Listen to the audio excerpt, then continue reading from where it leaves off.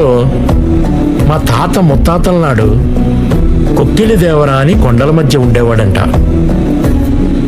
మేకల మందలు దారి తప్పినా, ఎనుముల గుంపులు ఎదురు తిరిగినా, నెత్తురు మరిగిన పులి ఎదురైనా నేనున్నానంటూ కాపు కాసేవాడంట.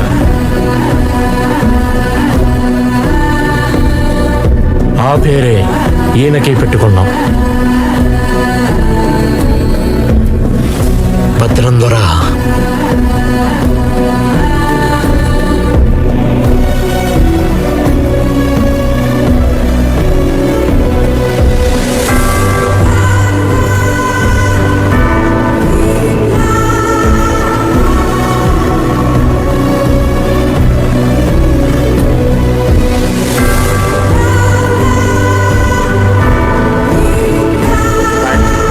But not the least, all my fans. నా ఒడిదుడుకుల్లో నేను క్రింద పడ్డప్పుడెల్లా నన్ను పట్టుకొని పైకి లేపినందుకు,